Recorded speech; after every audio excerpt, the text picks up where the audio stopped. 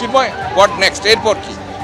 আমরা মুখ্যমন্ত্রীর সাক্ষাৎ চেয়েছিলাম এইখানে সকলের সামনে, একটা বার্তা চেয়েছিলাম যে উনি কী কী পদক্ষেপ এখনও অবধি নিয়েছেন, কী কী ভেবেছেন, আর কোন পদ্ধতিতে আমাদের সকলের চাকরি পুনর্বহাল থাকবে, সেটা ওনার মুখ থেকে আমরা সকলের সামনে, প্রেস মিডিয়ার সামনে শুনতে চেয়েছি।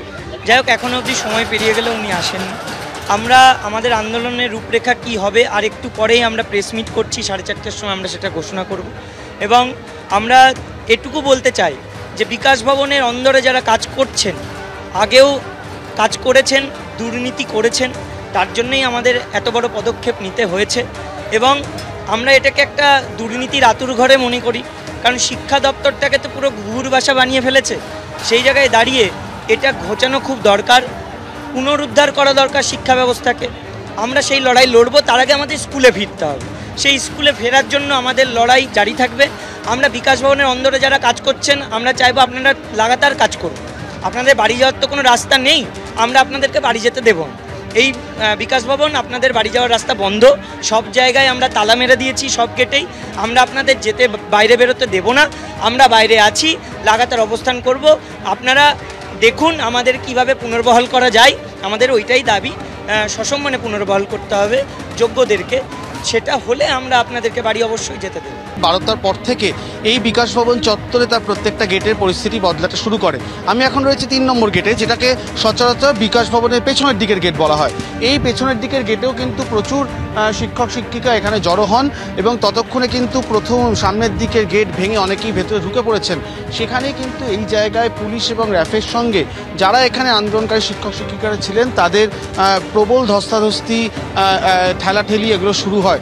এবং এই জায়গাতেই কিন্তু পরিস্থিতি সম্পূর্ণ বদলে যায় যখন তৃণমূল নেতা এবং বিধাননগর মিউনিসিপ্যালিটির চেয়ারম্যান সব্যসাচী দত্ত এখানে আসেন। তিনি দাবি করেন যে তিনি ব্যক্তিগত কাজে এখানে এসেছিলেন, এখানে তার ওয়ার্ডের একজন ছাত্রের ফলাফল সংক্রান্ত কারণে তিনি এসেছিলেন, কিন্তু তিনি এখানে এসে পুলিশ তাকে ঢুকতে বারণ করে এই মুহূর্তে। এবং তিনি অবশ্যই আমরা যেমনটা দেখতে পাই প্রবল বিক্ষোভের সম্মুখীন হন। তার গাড়ি আটকে দেওয়া হয়, তাকে ধাক্কাধাক্কি করা হয়, তাকে চোর চোর স্লোগান পর্যন্ত দেওয়া হয়। কিন্তু তারপর যেটা অভিযোগ যে হঠাৎ করেই সব্যসাচী চক্রবর্তী যে অংশে এই ঘটনাটা চলছে, অর্থাৎ বিকাশ ভবনের পেছনের গেট এবং সব্যসাচী দত্ত তার পেছনের গেট সংলগ্ন যে অঞ্চল, সেটা তার ওয়ার্ড।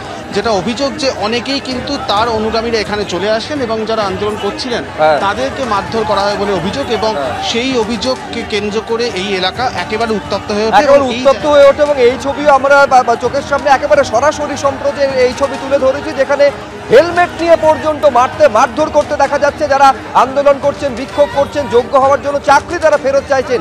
এই ছবিও আমাদের সামনে এসেছে। কিন্তু আমি সরাসরি এখানে একবার কৃষ্ণেন্দুর কাছে যাবো। কৃষ্ণেন্দু, গত মাসে ঠিক যে ছবি দেখা গিয়েছিল আচার্য সদনের সামনে, কার্যত রিপিট টেলিকাস্ট হলো আজ বিকাশ ভবনে। পরিস্থিতিতে একটা সময় এমন জায়গা গেল যে কার্যত পুলিশের প্রশাসনের নিয়ন্ত্রণের বাইরে চলে গেল মনে হলো পরিস্থিতি। এইরকম কেন হলো? এখনই বা কি ছবি?